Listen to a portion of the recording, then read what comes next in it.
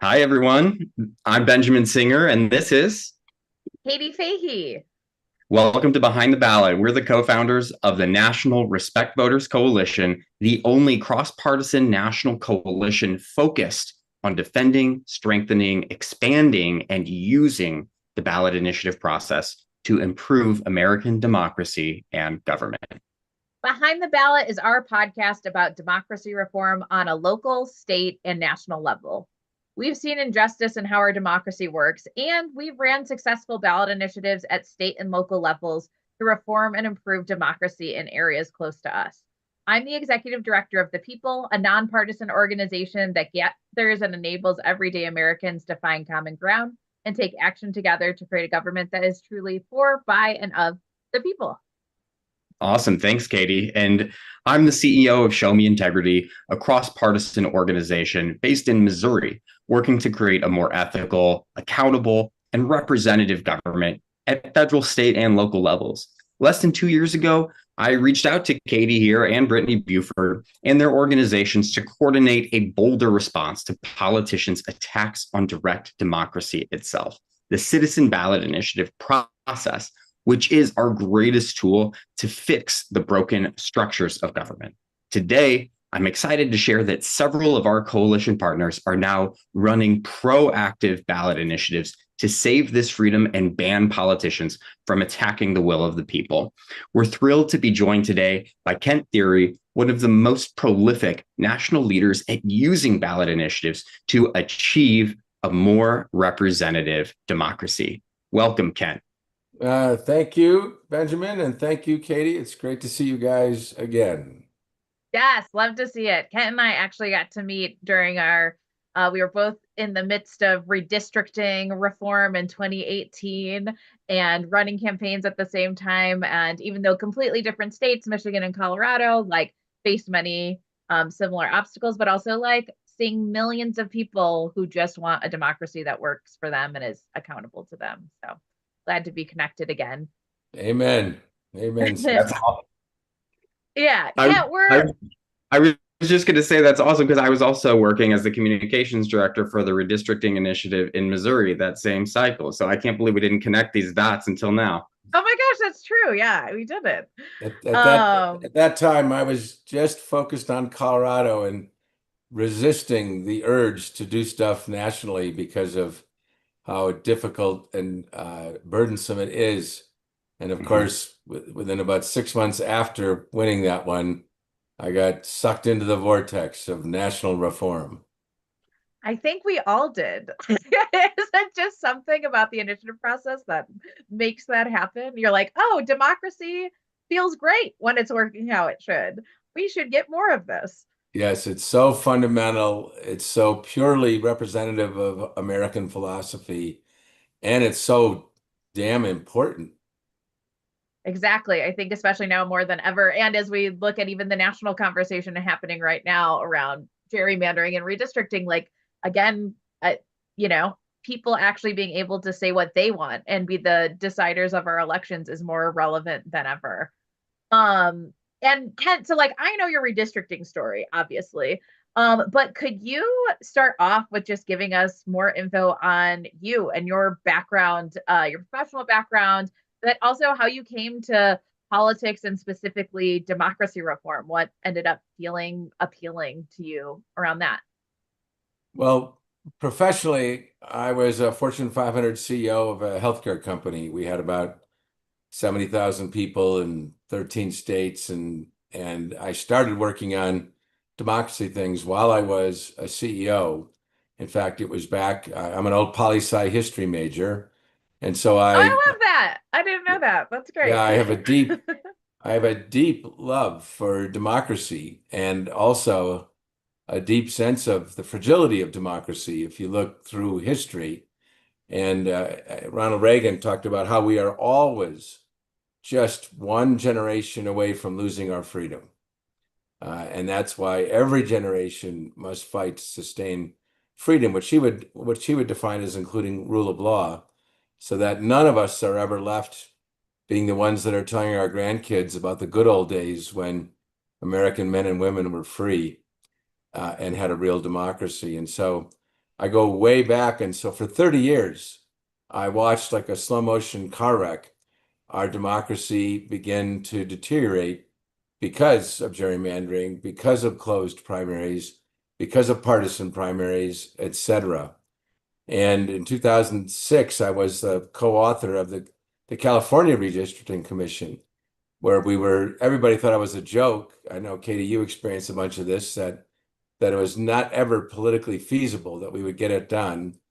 But I funded the entire thing, the attorneys, the constitutional attorneys, the polls, the focus groups, with a tripartisan coalition, people from the left, the right, and the middle in California. And then Arnold Schwarzenegger, once we gave it to him, he led the campaign with incredible energy. And much to everyone's surprise, we won. You And terminated gerrymandering. yes, that's absolutely correct. And there were some interesting, experiences and learnings along the way. Just 30 seconds. So one big decision I made that was very unpopular amongst a lot of the do-gooders was to make it just apply to the state level. And we did that because as any dominant party would, the Democrats in California did not like this idea. And I feared that if we tried for state and federal, that Nancy Pelosi and others, again, that's not a comment about Democrats, it's a comment about political parties, would have raised a few $1 million from the unions and defeated us. And so made it just state, which bothered a lot of the purists. But since I was paying for things, and we only won by 0.5%. So had we Wow. not narrowed it down, we would have lost. And then exactly what we hoped for happened.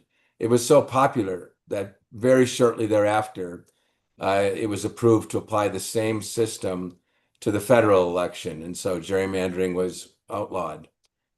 So that was a very intense engagement. And Katie, again, like you, sort of my first jumping in the deep end of the pool on democracy activism. And then I moved to Colorado and began working first on semi-open primaries, which we passed in 2016, and then gerrymandering in 2018. And I'll just add, both parties were against us in the beginning in 18, and you guys can relate to this.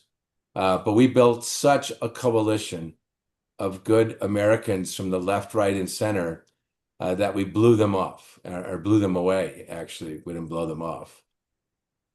Yeah, I remember on election night looking at the results, and in Colorado, I think it passed, I don't know if you remember the exact amount, but like 71, 72, 73% for the redistricting reform, which was like there were 4 states at the time all working on redistricting reform, far superior. And that really spoke to you guys being able to pull together a cross-partisan coalition that wasn't just of citizens, because we know that Democrat, Republican, independent citizens, they just want a democracy that works, but of actual politicians too, understanding that this is a better way to do things. It's extremely impressive. Well, you're totally right. It didn't start out polling quite that well, although it polled well.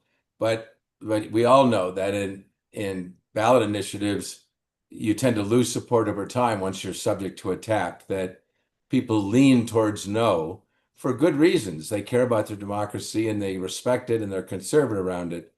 But we put together, there are other initiatives that we've run that we won in the last 2 weeks after a tremendous amount of expenditure on commercials and digital stuff. This one was different. We won it months ahead of time because when we put that coalition together, including some major donors from both the D and the R side, which was really shocked the partisans that some of their biggest donors were on our side. And then they thought I was naive because I convened a meeting at the company headquarters, the company I was running at the time, from people from the left and the right. And I said, we're going to talk about gerrymandering because both parties were working on things that would increase gerrymandering. And I said, this is wrong, and I want to appeal to you as Americans. And both sides came to me privately and said, KT, which is so similar to Katie. We get confused here, but KT, we're going to come to the meeting because we don't want you to be able to tell people we refuse to come to a meeting. But it's Yes. never going to work. We will never do a deal with quote unquote those people. And when they all came into the DaVita boardroom, DaVita was the name of the company I was running, they sat on opposite sides of the table. In some Wow. cases, they wouldn't even shake hands with one another.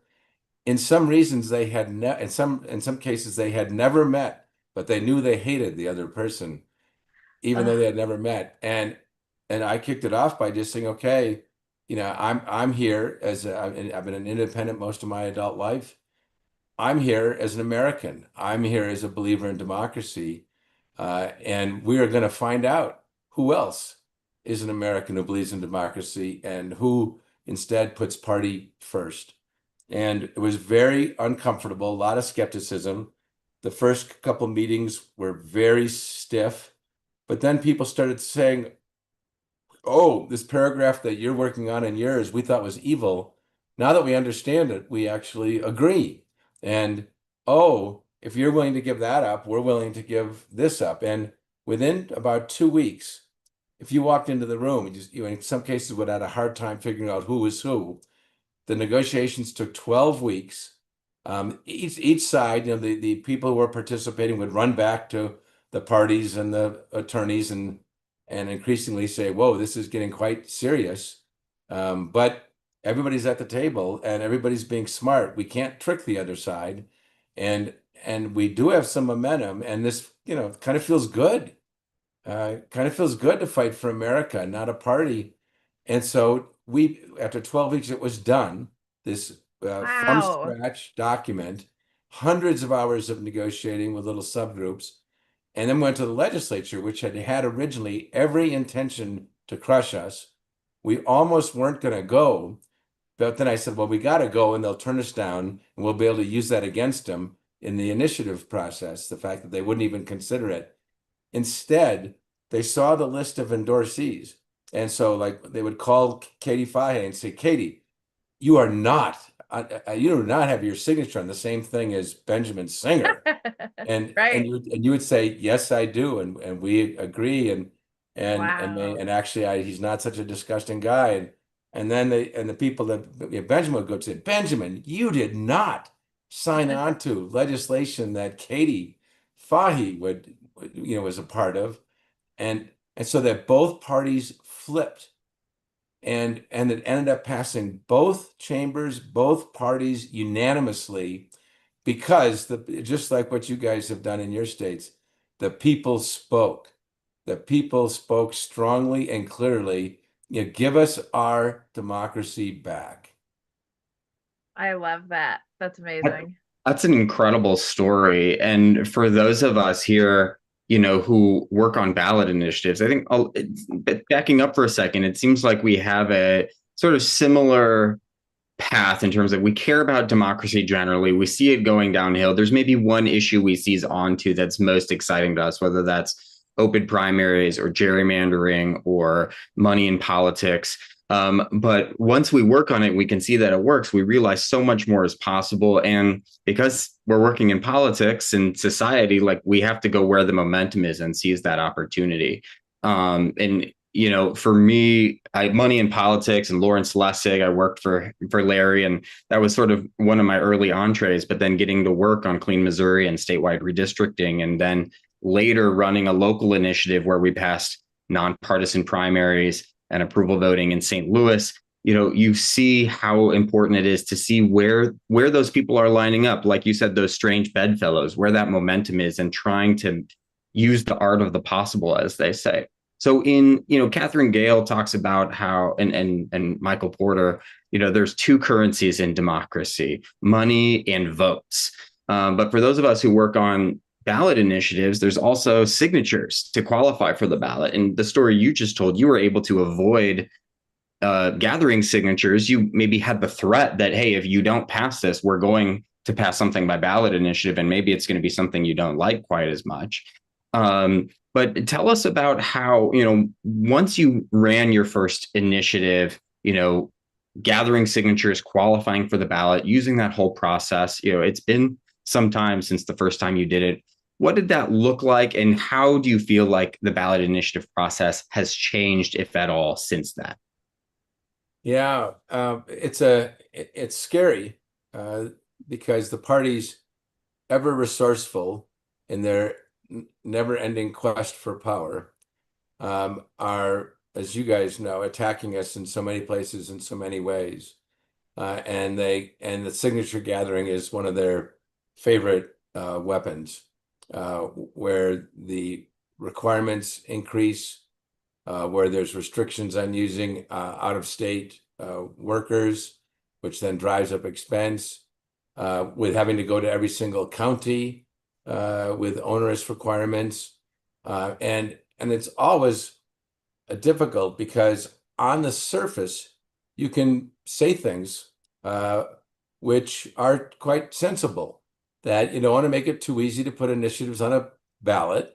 That demeans the process in the opposite direction. And so I believe that we have to be responsible, and you can't make it too easy. There needs to be a bar. But some of them are making the bar for signature gathering prohibitively expensive. And then they also operate on the next areas of how you can campaign, what percentage you have to get to win, et cetera. So citizen ballot initiatives, as you know, are under attack, and they're using every one of those arrows in their quiver.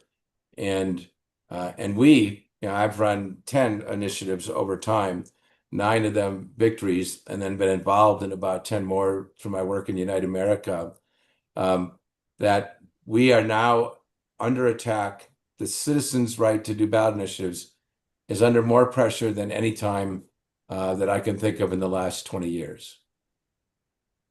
That certainly feels. I know our coalition has folks from all the states that have ballot initiative processes, and a lot of them have mentioned how there's been a threat for a long time that the legislature will bring it up and they'll consider how can we weaken the ballot initiative process. But the last several years, particularly this last one, there has been a complete shift to no, they're actually attacking it now and trying to make these go through. And it is so frustrating to see. It's exciting to see the reform community respond, like in Missouri and Arkansas, and I know Oklahoma's considering, like, okay, can we start actually lessening politicians' power to be able to change these things?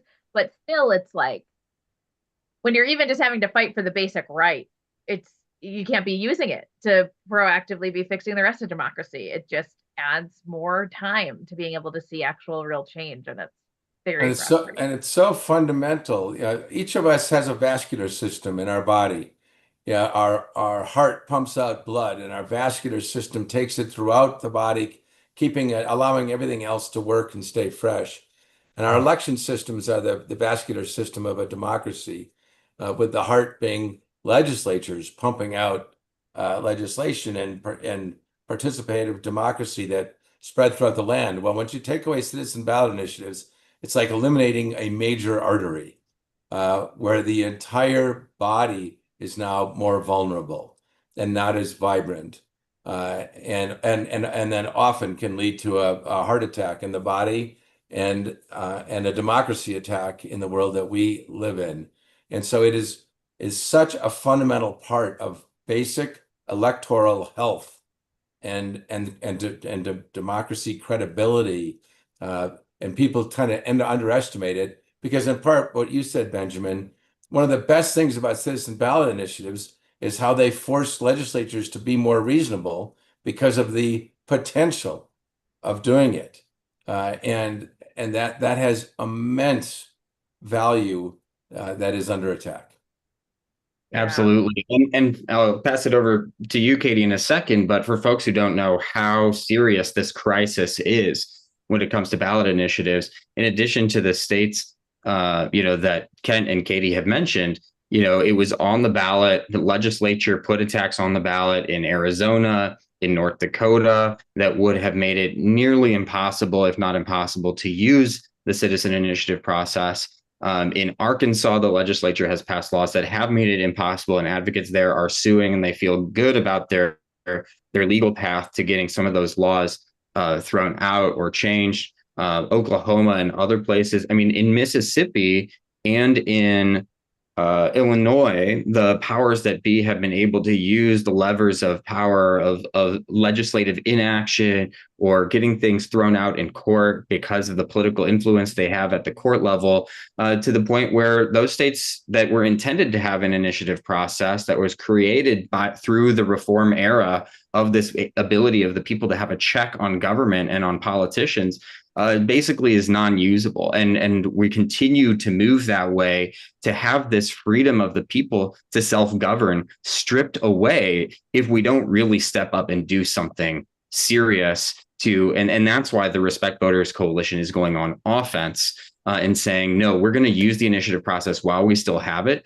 to stop politicians from continuing to strip the process away, put deceptive language on the ballot that tricks voters into taking away their freedom, and from overturning the process itself. We've got that going on the ballot. We'll be launching signature gathering in Missouri on September 10th. Katie, back to you.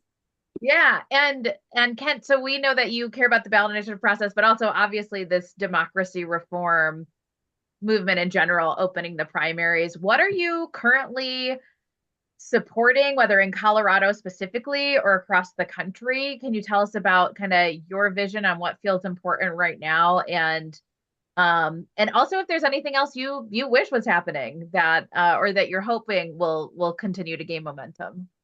Yeah, so for the first X years, I operated independently with a fervent resistance to becoming involved nationally because of what that does to your quality of life. And then just felt as a citizen, I couldn't do that. It was irresponsible, and branched out. And so right now I'm co-chair of a group called Unite America, along with Catherine Murdoch and Mark Merrill. And we are involved across the country. Our most frequent initiative battles and legislative battles are in the areas of open primaries. There were 8 different states, for example, already in 2025, where there were serious efforts by the dominant party to strip away independents' right to vote in primaries. And there were a total of about 16 bills across those 8 states. And we defeated with our partners every one of them. And so that's something we remain quite active in. We also, in some instances, are supportive financially, but not operationally involved in the gerrymandering front. And then it's only recently that we started supporting some citizen ballot initiative states, because they are the highway that the cars of reform have to drive on in so many cases. And increasingly, of course, the 2 parties are controlling the on-ramps onto the highway. And we need to blow through those obstacles they're putting, so that once again, for Americans, they can drive their reform car onto the highway. And so we are now working on open primaries and beginning in citizen ballot initiatives. I'm sure we'll be working with you guys in several states. We also continue to do some work with ranked choice voting, and also, as I said, some supportive work for gerrymandering reform. So that's the sort of the 4-part product line, if you will. And we're active in, at this point, about 12 states across America in one or more of those areas. All very important. As an independent voter, particularly the open primaries in states that don't let independents vote at all in those, I think is so important. And I still baffles me that we haven't already fixed this somehow. How you can pay for an election and not be able to vote in it. And to demonstrate the power and the beauty of the American voter, that we ran in Colorado. In 2016, I moved to Colorado and was shocked that a Western state that in some ways stood for having a distinctively healthy democracy didn't allow independents, who were a third of the electorate at that time and are now half the electorate. There are more independents in Colorado than Democrats and Republicans combined. So it's a particularly a farce that you would not let them vote as they want to. So back in 2016, first decision, big decision that we had to make was, are we going to go all the way for fully open primaries, where I could vote for a Republican for governor and a Democrat for senator, what's called a split ticket is some of the jargon for it, versus a semi-open primary, where, okay, I as an independent get to vote, but I have to either pick a Democratic ballot or a Republican ballot. I was too worried about losing with both parties opposing us. So I went for half a loaf, the semi-open primary. So independents could vote, but we would be constrained in terms of having to pick one party or the other, and with the intention of going back at it in the future and finishing the job. Just like in California, we did state first and then got federal just a couple of years later. And in addition, we ran a lost leader, we kind of called it. One thing that pulled really well was requiring that the parties have a primary where voters got to vote. Before that time, the parties could do an assembly or a convention and not have a primary election. They typically chose to have it, but they weren't compelled. Well, that pulled in the 70s of people not liking that. And so we put the two bills together, 107 and 108, and we put the presidential primary one first because the primary one first because it was so clear and so strong, and we wanted voters to kind of package it together with 108, which is a little more wonky about semi-open primaries. And so the entire campaign was about 107 and 108 like they were brother and sister. And so people would read 107, which was simpler, and they go, "Oh, I like these people. I like this idea. 108 must be good too." And so between that and making it semi-open and not being aggressive and going for entirely open, we won 53-47. Wow. And the campaign cost in total about $6 million. And we shocked the party system.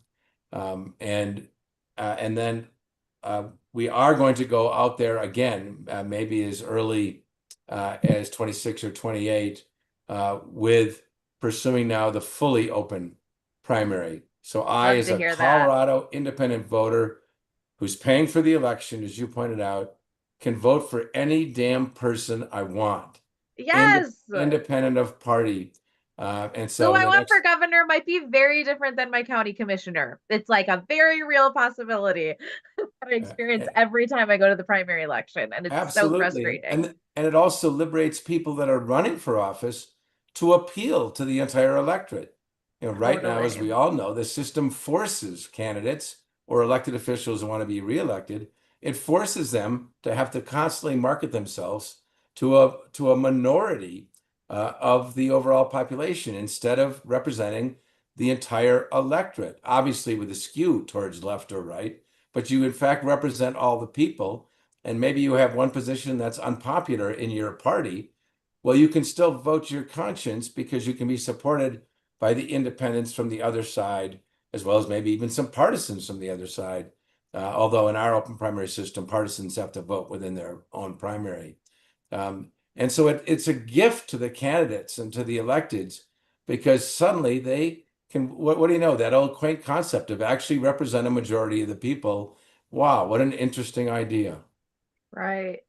Absolutely. And I think what you're saying, Ken, I think resonates with so many Americans who live in these states like Colorado, like Missouri, like Michigan, like so many others, where it's such a disservice to all of us. If I live in the St. Louis area in the state of Missouri, so very blue area in a very red state.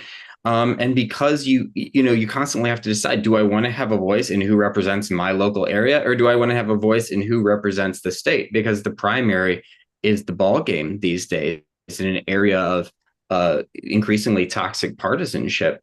And so we're all left with more extreme, less representative government in some way because of this silly system that we've ended up with, which is not the way that American government is supposed to work, where it's the consent of everyone who's governed, not just people who identify or vote in one political party. So, when you're talking about what you were able to achieve in Colorado, was there anything other than the fact that you had moved there and you lived there and you cared about your own state that made Colorado appealing to be running these reforms? And what do you look for in general, when you consider funding this kind of work around the country?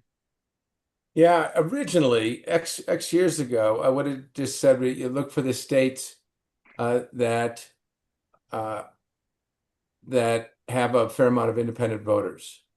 Uh, Mm. but now there are so many people that are in a party. Well, first of all, independents are the fastest growing group in America, as you know.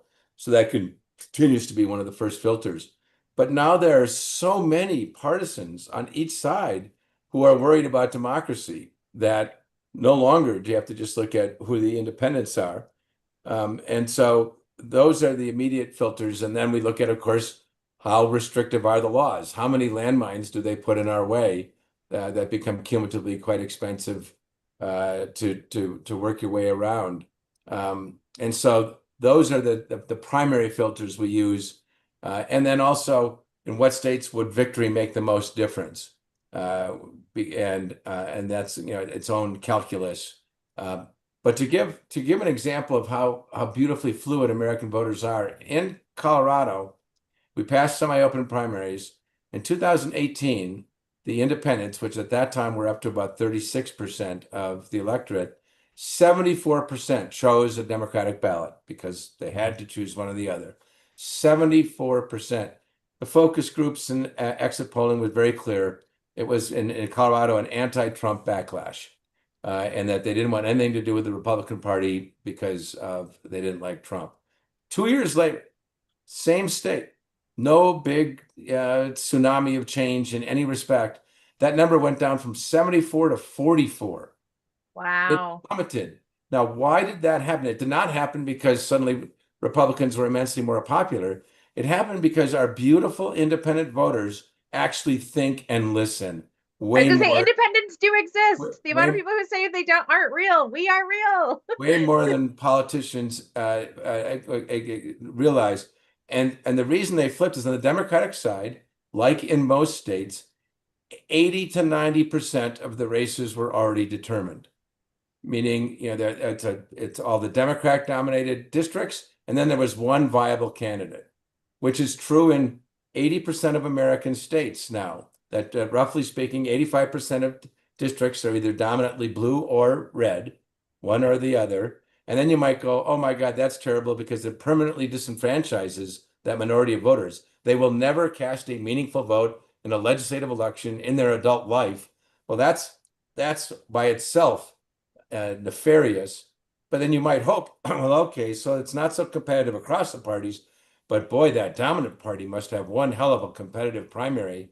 No, across America, 70% of the time, there's only one viable candidate in the dominant party primary. So you put that together, and about 80% of Americans do not get to cast a meaningful vote for a legislative position, period. Because they're either in the minority party or in the dominant party, and there's one viable candidate.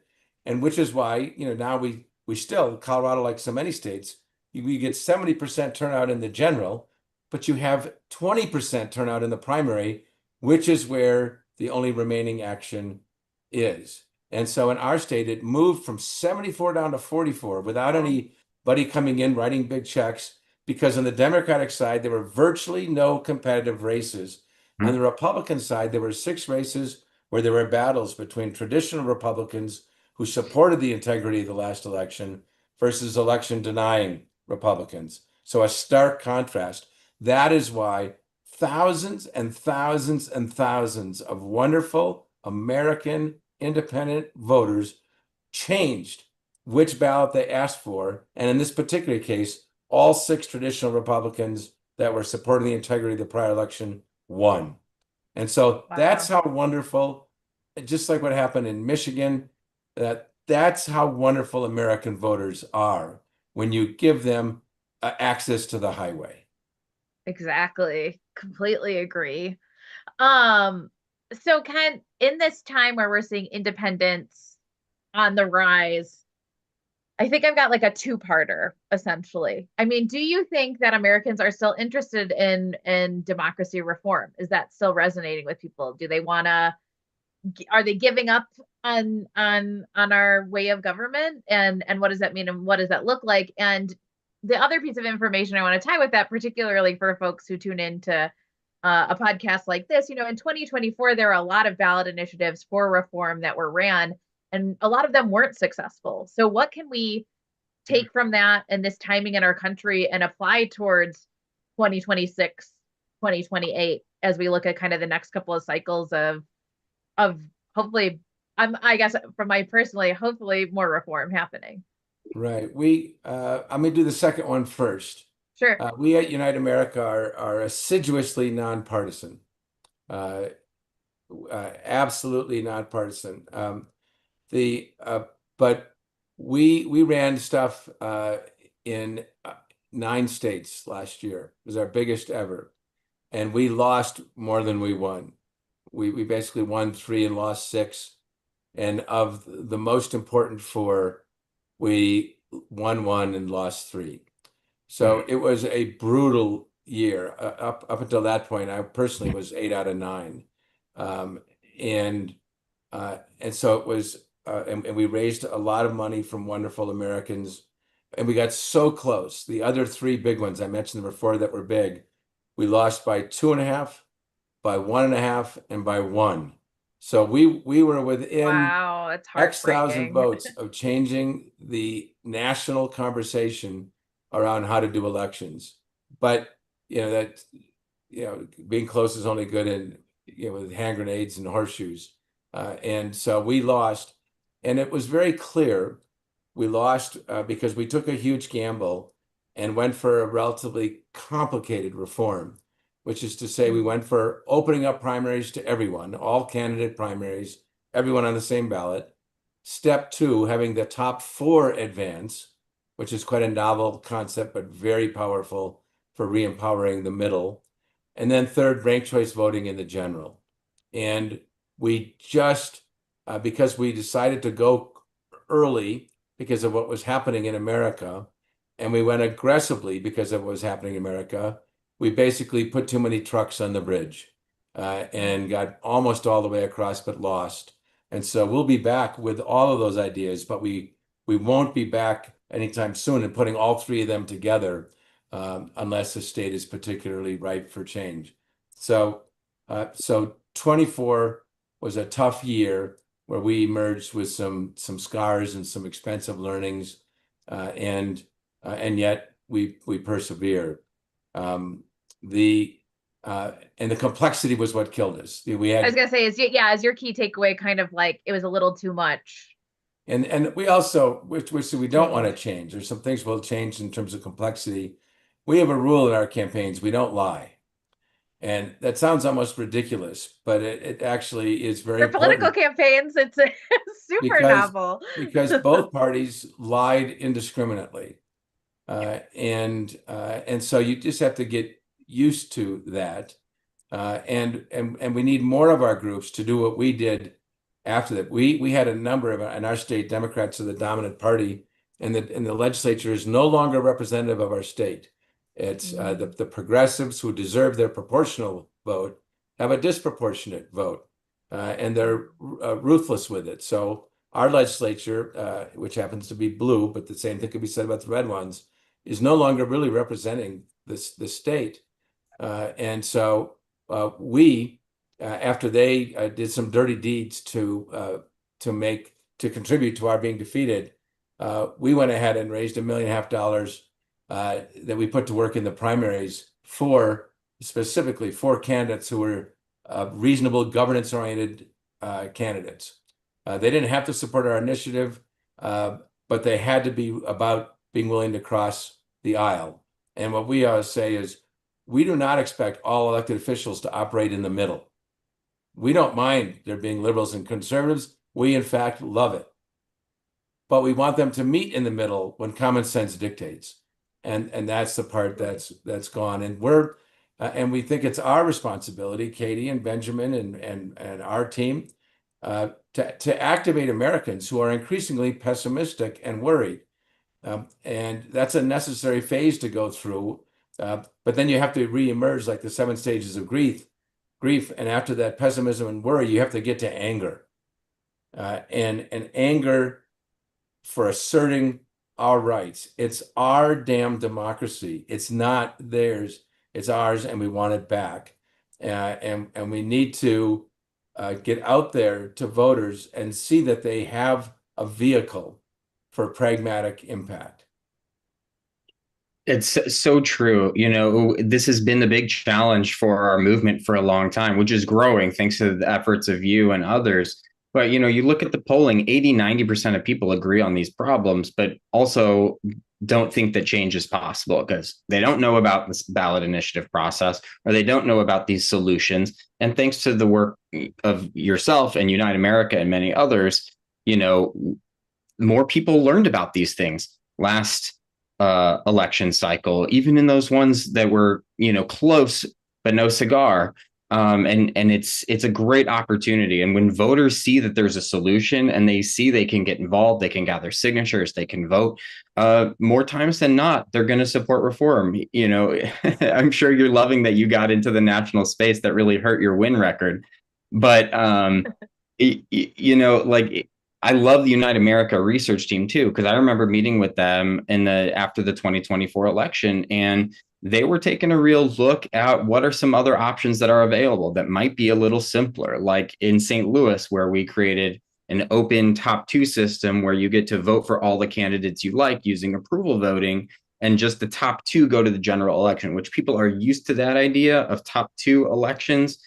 And that initial primary where you can vote for all you like is a great opportunity to find that bell curve, find that common ground, find those candidates who have the broadest support, not just a subset of a subset in these separate party primaries. So I'm excited to see what comes next for Unite America and for yourself. So, you know, what are you excited about for the future? You know, what do you think is going to keep getting you out of bed in the morning when it comes to continuing to move our democracy forward? Yeah, I'm still, you know, very, very bullish on what the American people will do with the right call to action. You know, back in after the Civil War, there were, you know, tremendous, almost a revolution with Reconstruction. And it was a time of incredible American optimism around democracy, where literally in one of those elections, 1872 or something, 84% of Americans voted in the presidential election, despite the fact back then you had to get on a horse and leave your field for a day to vote. It was a time of extreme optimism and belief in democracy. The subsequent, you know, kind of 1880s, 90s, 1900s, the parties came in a very corrupt fashion, consolidated power, and you've got just the opposite. Once it took 9 months to settle a presidential election, not many people know that. And all of these were credibility destroying events. And so then it was from 1890 to 1920 that the people reasserted themselves and passed things like direct election of senators, as opposed to letting the state legislature do it. Things like the private ballot. And then, you know, radical concepts like women voting. You know, all of those things have the primary system, when it was a positive reform, all of those passed in the 30 years between 1890 and 1920, when the American people reasserted themselves. And then similarly after Watergate and the Vietnam War, et cetera, that's when you saw over 10 years, all the changes around campaign finance reform, transparency, et cetera. And so there have been other times when things look quite bleak, and yet we came through. But you can't think we're going to come through just because it happened in the past. We have to make it happen. And you know, there's one of LBJ's cabinet members had a wonderful quote: "Liberty and duty, freedom and responsibility. That's the deal." And so part of what we need to do is to appeal to the heart of our fellow citizens, but also part of it is, you know, God damn it, it's part of the deal. It's part of the deal. This is not like extra credit, you know, nobody said democracy would be easy. And we had a great run with the most thoughtful democracy on the planet. And that's all going downhill now. So I'm still bullish because I believe that once they're given any sense of realistic hope, that millions of mommies and daddies will fight for a democracy for their kids. That's what I know I continue to see across the country. Like, even in states where they don't have the ballot initiative process, where I feel like it's even harder if you have like a legislature that's just like completely ignoring you, won't even hold a town hall to meet with you and whatever. But, we held a citizen assembly in New Hampshire where we got a cross-partisan group of folks, representative of the state, all who do not normally care about democracy at all. I mean, like they care in general, but like that is not their top issue. They are not all like us, like trying to figure out like what's the right law to pass. And it's now been over a year since that we brought people together, and they have, been working on open primary legislation, found 7 sponsors, Democrats and Republicans, but like folks who like had never talked about this before, but got in a room and were like, I didn't realize there was anything we could do to change this system. It was like that learning process of like, oh, I thought we were just screwed and I just had to live with this broken system, to like, oh, we're actually allowed to change it. Like I could actually be allowed to vote for who I want to at different levels, because they have semi-open essentially right now, or make an even playing field for independents running for office, where it's 5,000 times harder to qualify to get on the ballot as an independent in New Hampshire than another candidate. And like just even that little bit of hope has, like, with again no guarantee because there's not a ballot initiative process, so it's like, where at least with the ballot initiative process, I feel like if you can at least put it in front of voters, then did they like it or didn't they? But trudging forward, and it's across the country, north, south, east, west, middle of the country.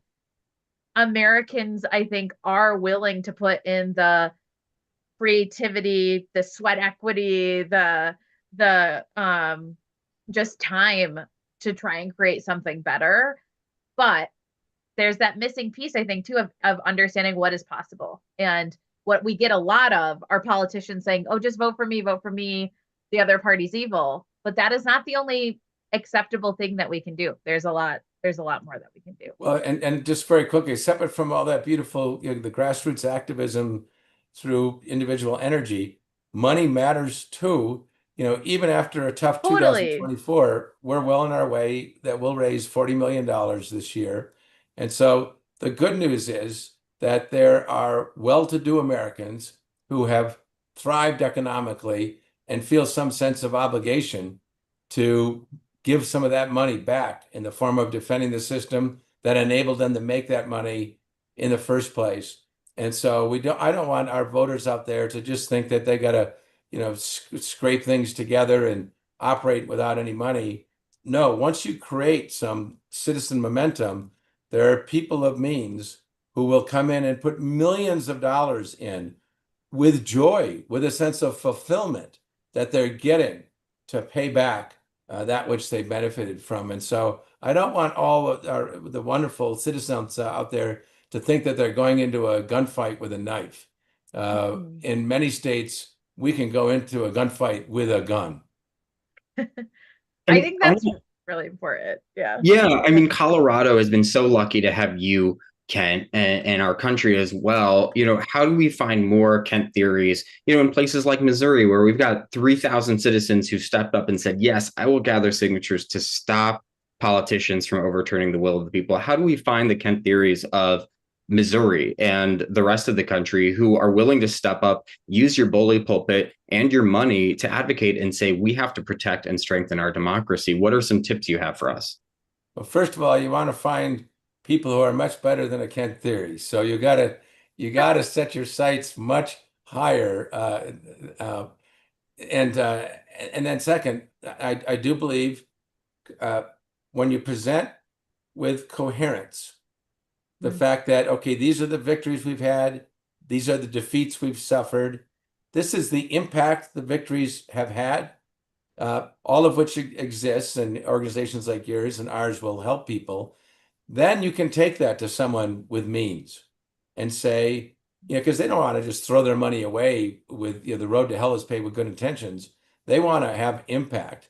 They're ROI oriented. And so you need to put together that fact pattern and present it in a seasoned, measured, professional manner with the passion bubbled up until the end, because they need to know that it's practical, that it's feasible, that there's a roadmap, that there are resources, that there's experience, that there's strategies, that there's playbooks.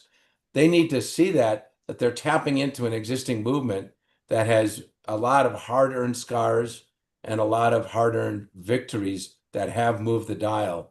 And I think that's the way. And then you get them to recruit each other. And so we have 12 donors who do at least $2.5 million a year, as just a sign of, the kind of bedrock support that can exist, because we've demonstrated that, we're not just theoreticians, we're not just writing op-eds, we're not just in the owner's box, we're on the field. We're tackling and we're getting tackled, and there is a path to victory, but it is also not a short path. Things. So, for example, in Colorado, after we lost last year, in part because we're so aggressive in the scope, and we were aggressive in not taking 2 years to do voter education, we have now already been a listening tour of 20 locations throughout Colorado, of walking through our democracy and letting them come to their own answers, which 90% of the time is the same answers as what we have. And we're now going back to those 20 locations with sort of a speaking tour, reflecting back what we heard. We're also working on some of the key partisans on both parties that we didn't win over last time. We also are creating more legislative consequences for those who opposed us because they don't anymore care for democracy. They just care for their reelection or partisan advantage. And we are developing a consequences campaign. And so that, just like they do to each other, if you do not represent the will of the people, we're going to make sure that people damn well know it. And so often the do-gooder organizations play touch. And this is not a touch football game. This is tackle, and it's tackle when the other side will cheat when the ref's not looking, which we won't do. And so we need to have no illusions about that. And we need to punch back in an ethical way, consistent with our norms and our laws. Some of these people need to be punched. I mean, and what's great about that is it's literally just like making sure people know what their politicians are actually doing. I mean, you don't have to play dirty games even. It's like we're just raising awareness about the things that we know people do not want to accept already. And same, even you had brought up earlier, like having a rule around we're not going to lie in our ads. When we brought that up in Michigan and we were talking to some consultants, they were like, what? Why wouldn't you? And it ended up being an amazing tool because authenticity is completely what's missing from our existing politics. You can do it differently, but you've gotta do it smart and aggressively, like you were saying. So definitely resonate with that. Ken, I don't know if there's anything else related to the ballot initiative process you want to share, but I do know that we would love for people to understand how can they follow what you're up to and get involved in your work or in Unite America's. What's the best way to kind of stay in the loop and follow Kent Thiry? Yeah, so either reaching out to Unite America, and there's an active website, Unite America, and then my own personal email, kt@kentthiry.com. Feel free to reach out directly. And in many cases, if I'm not the right person to talk to, I can help connect someone to the right people. But the national movement is growing, and it gets lost in all the noise of all the things that are going wrong. But a lot of what's going on now is sort of a storm at the top of the ocean. What we're about is mobilizing the ocean and creating sort of a tidal flow of refreshing democracy. And so the storms are highly relevant. They do damage. They tip over some boats. It's very serious. But the surface in the storm is not the ocean. We're about moving the ocean, and even the biggest of storms can't handle and resist a tsunami of public support. So I think it's time to be realistic with people, but also say, if enough of you cross the bridge and join, we will win. If enough of you don't, we won't. It is that simple. Are you crossing the bridge or not? It's our democracy if we can keep it, right? Amen. Benjamin Franklin. Well, Kent, thank you so much for joining us today. I know all the fellow practitioners are going to be so excited to hear your insights. It has been such an honor. For everybody who's listening or watching, if you want to join the Respect Voters movement, please sign up at respectvoters.org. You can donate, volunteer. If you want to get connected to the ballot initiative campaigns happening right now at the local and at the state level, we can directly connect you to those volunteer opportunities. And you can help us protect the ballot initiative process. We're working on expanding it to states that don't have it. And for everybody who is doing your part, thank you so much for making a better America. That's right, everyone. Please help us protect and use the initiative process so that we can renovate our democracy, keep this republic that Benjamin Franklin was talking about.